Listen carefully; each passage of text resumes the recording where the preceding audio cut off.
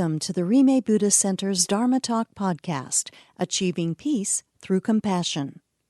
This podcast is a recording of the Dharma Talks given during our Sunday service.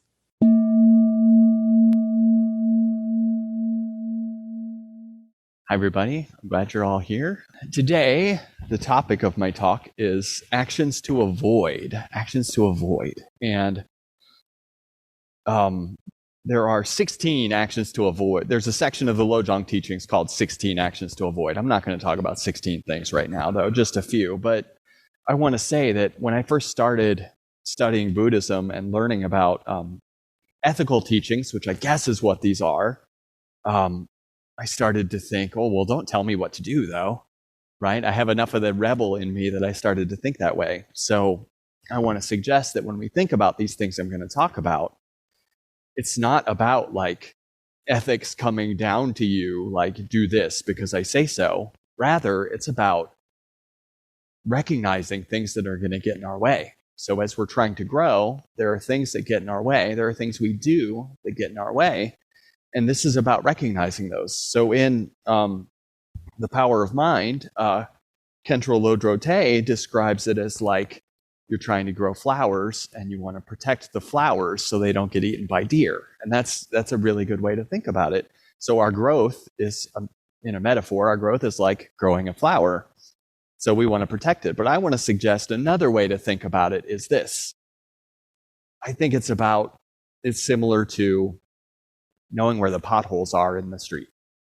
So I know where the potholes are, and sometimes I'm still going to hit them, but hopefully I can avoid them a little better. And I thought about that. I saw a pothole that was perfectly shaped like a heart yesterday, and that's when I thought about it. But also, I live in Kansas City. I hit potholes sometimes, right? So recognizing the things that get in our way and trying to avoid them when we can. And it's true, sometimes we can't. So that's how I think about this. So I'm going to talk about a few of these actions to avoid slogans, and that's it. So the first one, number one, is don't speak about others' defects. Don't speak about others' defects. And this is so common that I think we don't always know we do it. And we know, like, if somebody talks bad about people all the time, we don't like that person.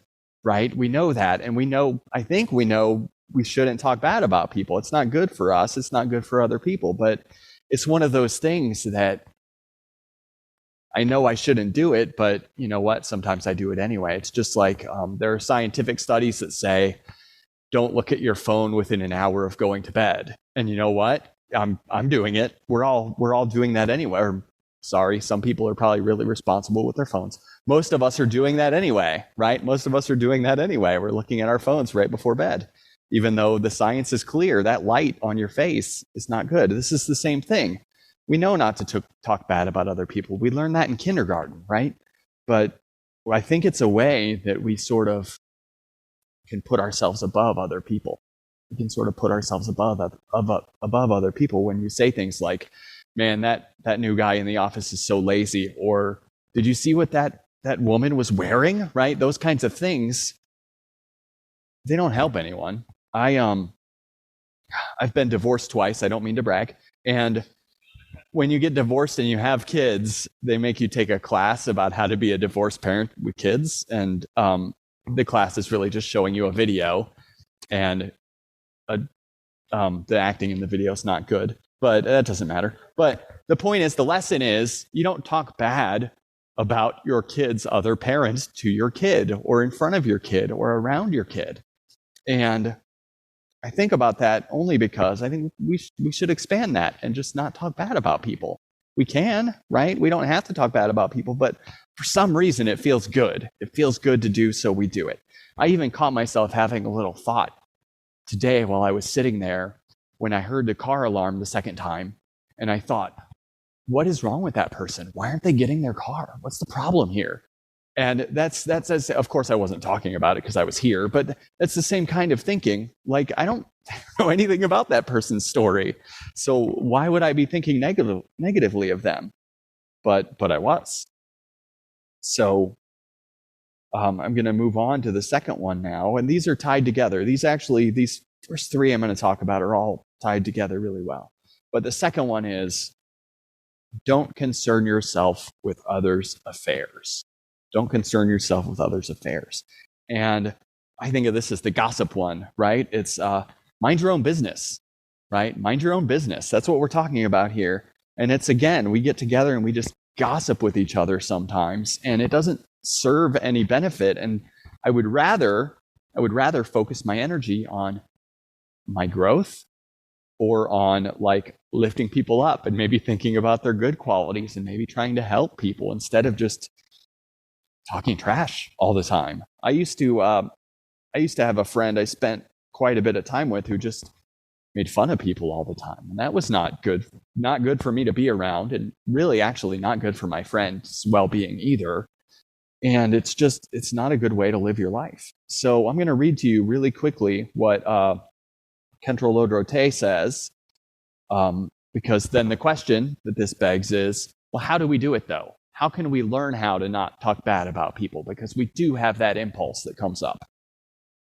And so I'm going to read to you really quickly what Kentrol Lodrote says about this. He says, and I quote, "How do we break this insidious habit of fixating on other people's flaws? Every time you catch yourself judging another person, stop and look at yourself. Do it immediately. Think, this person may not even have this flaw, but I have the habit of seeing flaws in others, and the flaws I see are a reflection of my own mind." So that's sort of hard to do though, right? We have to cultivate that gap where we start to have these kinds of thoughts, to have that gap so we don't just act on them and don't just go around sharing them about how awful this other person is or whatever. So the next one I'm going to talk about is, don't retaliate against nasty words. And if you've ever been in a relationship and you've been in an argument, I've had this experience where you're in an argument with your partner and you're upset, and like they say something mean to you, and then I can think of something really mean to say back, like, got him, yes, right? That's not good though, right? The best thing you can do is think about that and not say it, because that is escalation, is what that is. And people really get awful to each other when they escalate. So we want to learn to step off the escalator, to not just take it further and further. But we sort of get a satisfaction though. If you say a really mean thing, it's sometimes satisfying, like, yes, I did it, I got you, haha. But that doesn't make things better for anybody, right? We want to learn how to de-escalate instead. I think in many areas of life, we probably need to learn how to de-escalate. So the next one is, don't be dependable. And that's counterintuitive, because we know dependable is a good word, right? And the reason this wording is used is because it makes you pause for a second and think about that. Why would I want to not be dependable? And it is sort of, if you do what you've always done, you'll always get what you've always got. That's what I think about. I don't know who said that, but that sounds like a famous quote. But what it means is, to me, it means, well, if I'm dependable, I'm doing what I always do. I'm being really selfish. I'm moving through the world, not paying close attention to what's around me. I'm not caring about other people that much. That's being dependable. It's being on autopilot and just not trying to grow. That's being dependable. It's not trying to grow. And we want to grow, so we don't want to be dependable. And the next one, I'm going to talk about 6 of these, I think. I hope that's okay. This is number 5. Don't seek others' suffering as a component of happiness. Don't seek others' suffering as a component of happiness. And when I read that, I thought of, I was in a bar. I've been to a bar before. I was in a bar in college when Saddam Hussein was executed, and that was on TV in this bar. And I saw that, and I saw people high-fiving. And I have strong opinions about the death penalty anyway, but like, why would you high-five that, right? Even if you think that's the right outcome, it's still not a thing to be happy about. It's still not a thing to be happy about, right? It's It's not good for us to be happy about things like that, because you could be happy about something else like that. It could happen again and again, right? And I don't want to be that person. I don't think you do either. So don't seek other suffering as a component of happiness. And you hear about like when somebody goes to jail, people will like, somebody does a terrible crime and they go to jail, and people will like be happy to think about bad things that could happen to them in jail. And they're just doing their time. That's the punishment, is doing their time. You shouldn't think about them getting beat up every day or whatever. That's celebrating someone's suffering, and that's not a good thing for us to do. So the last one I'm going to talk about today, and I almost didn't talk about this one because it's not an action to avoid. So why is this on the list of actions to avoid? I don't know. But it is train in the most obvious afflictive emotion first. Train in the most obvious afflictive emotion first. So we may be tempted to hear about these things we need to work on. I need to be more patient. I need to be more kind. I need to be more aware of the world around me. All these things. We may be tempted to work on the things that are easy and avoid working on the things that are hard. And we all have different things that are hard for us. So mine is, I have a lot of self-cherishing.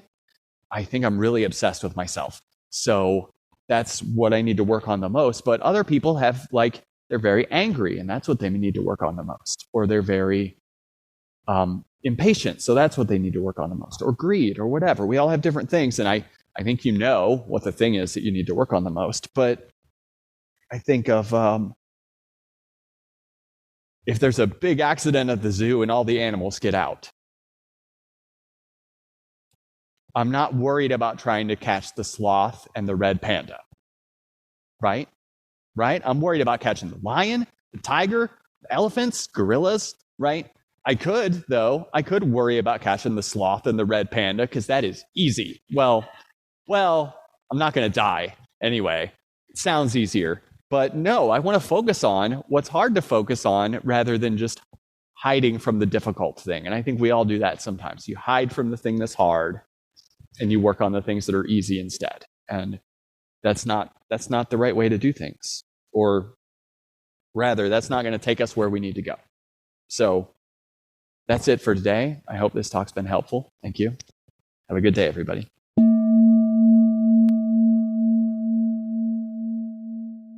Thank you for listening to the Rime Buddhist Center's Dharma Talk podcast. Music was provided by Barefoot Brand Music.